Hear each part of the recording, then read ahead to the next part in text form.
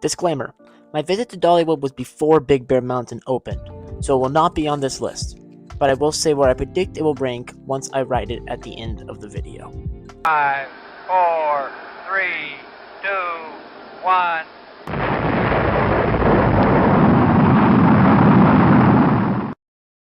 Dollywood is a fantastic park with a great coaster lineup, and in this video I'm going to rank all the coasters that I was able to experience on my trip.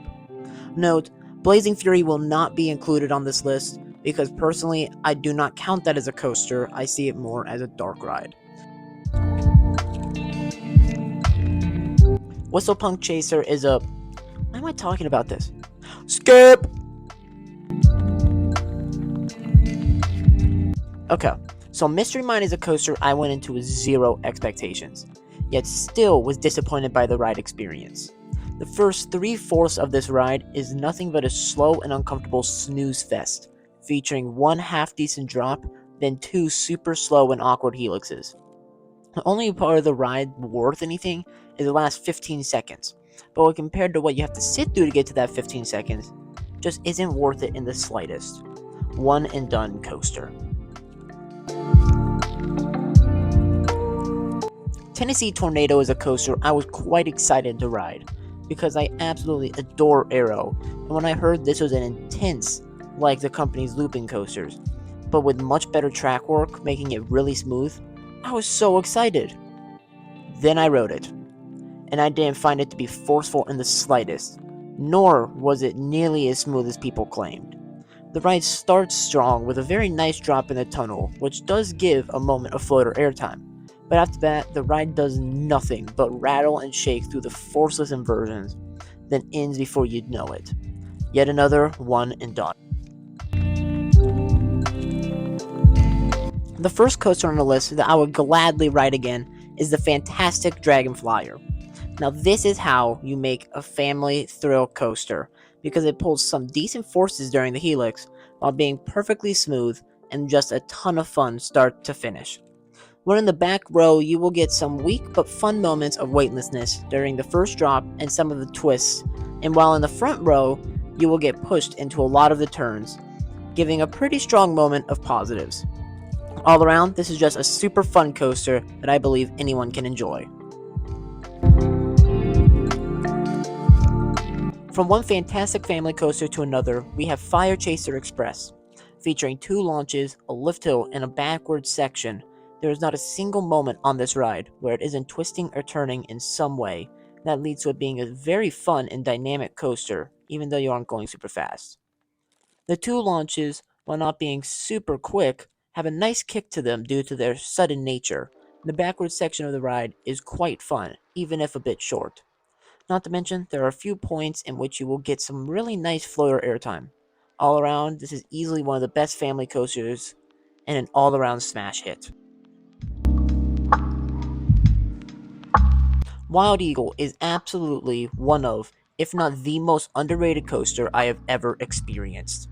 When I rode it, there was not a single dead or wasted element, and each inversion gave crushing positives or fantastic hang time.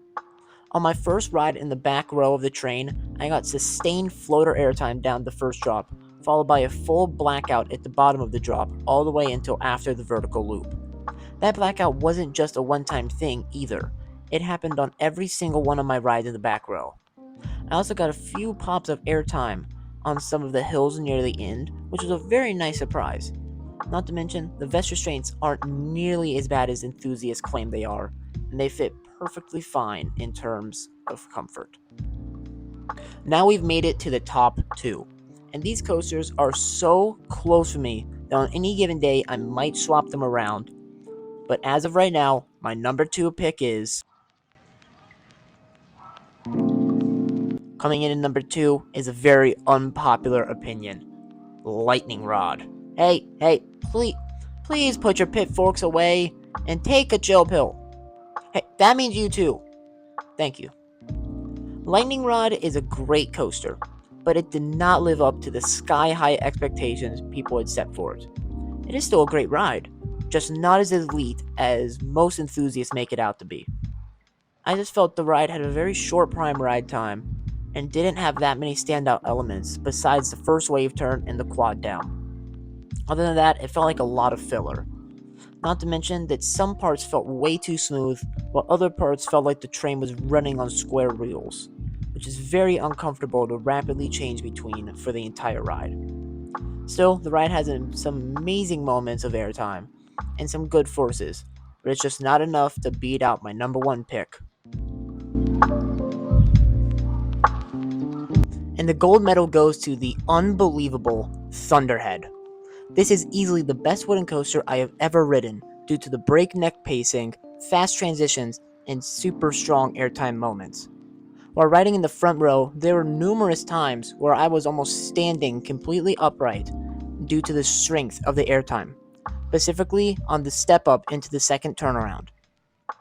This ride has gotten a ton of retracking work done recently, so it is running amazing, meaning it still has a wooden coaster rattle, but it doesn't rattle your brain into next week.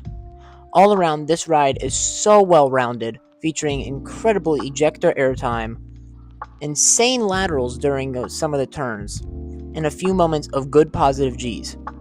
This coaster completely blew me away because I had never heard anyone talk about it, but I left thinking this is easily one of the best coasters in the world. Before I end this video, I want to predict where Big Bear Mountain would rank, and then once I write it, I can come back and see if I was right. I predict it would rank just behind Fire Chaser Express and slot in at number 5.